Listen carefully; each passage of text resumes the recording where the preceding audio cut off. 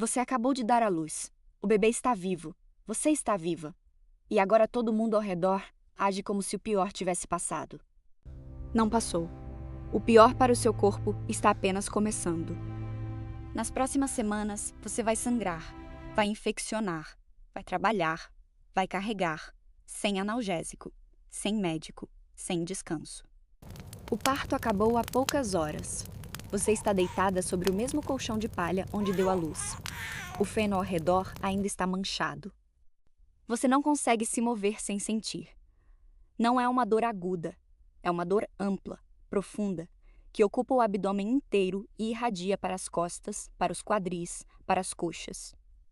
É o útero que contraiu por horas e ainda continua contraindo.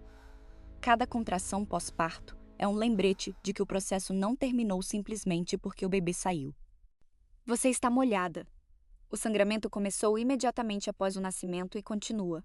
Abundante, quente, sobre o pano que a parteira deixou sob você antes de ir embora. Você está com fome, mas o esforço de sentar para comer parece impossível. Você está com sede. O balde de água está a 3 metros de distância e parecem 100. Alguém passa pelo quarto, verifica o bebê, sai sem dizer nada. Há outros filhos do lado de fora que precisam ser alimentados. Há animais que precisam ser cuidados, e você é a única pessoa disponível para fazer isso. Quando as pessoas pensam no pós-parto medieval, geralmente não pensam nada, porque o pós-parto medieval simplesmente não aparece na história. Na Europa medieval, não havia período de recuperação oficialmente reconhecido. Havia o que precisava ser feito e havia a expectativa silenciosa de que você o fizesse. O útero tem uma superfície interna essencialmente aberta, uma ferida enorme que precisa cicatrizar. Qualquer bactéria que acesse essa superfície encontra um ambiente ideal. Infecções urinárias eram extremamente comuns no pós-parto. Sem antibióticos, uma infecção urinária simples podia progredir para os rins em dias.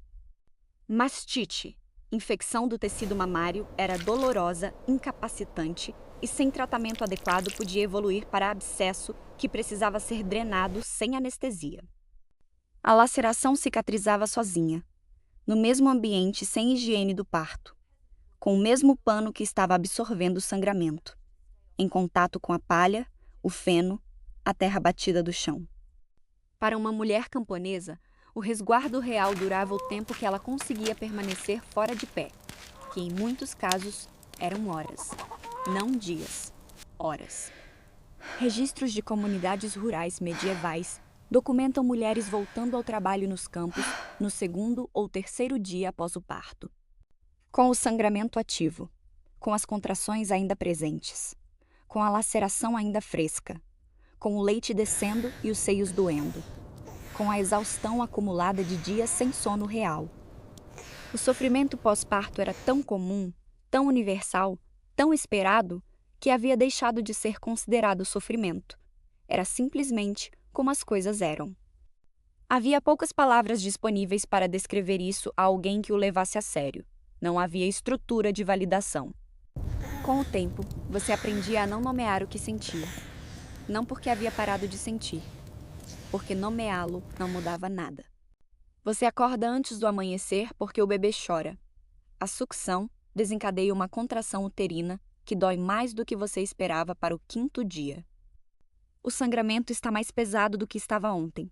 Você precisa trocar o pano. A dor ao sentar é aguda, localizada. Às 6, os outros filhos acordam.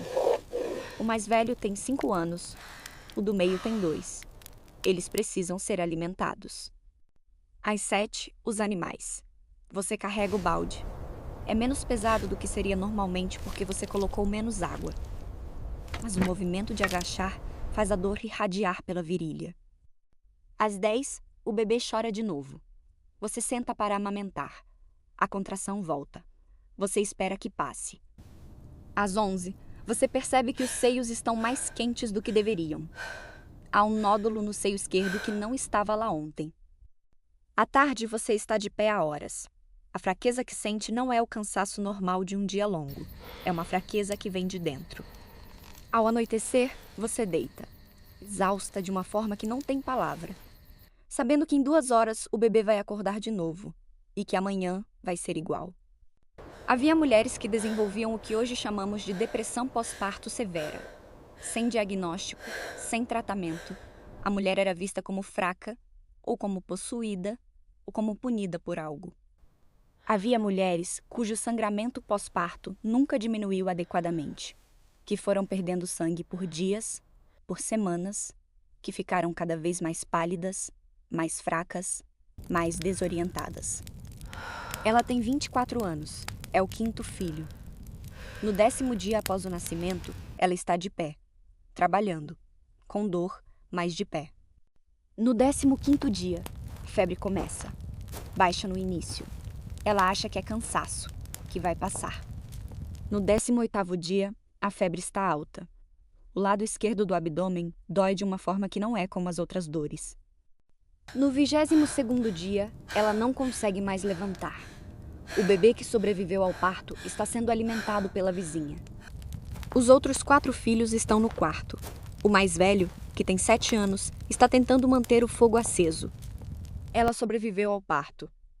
Ela não vai sobreviver ao mês seguinte, e nenhum registro vai preservar o seu nome. Hoje, existem consultas de acompanhamento agendadas. Existe avaliação do sangramento, da cicatrização, da pressão arterial, da saúde mental. Existem antibióticos que eliminam em dias infecções que matavam mulheres por semanas no mundo medieval. A distância entre o quarto fechado do século XIV e a maternidade moderna não é apenas tecnológica, é conceitual. Esse canal existe para olhar para esses espaços, para nomear o que não recebeu nome. Isso aconteceu. Isso foi sentido. E merecia ter sido contado. E talvez o mais difícil de entender não seja a dor, nem o risco, nem o silêncio. É o fato de que isso acontecia todos os dias, em corpos diferentes, em casas diferentes, em histórias que nunca foram escritas. E ainda assim, o mundo continuava como se nada tivesse acontecido. Porque para aquele tempo, isso não era a exceção. Era o normal.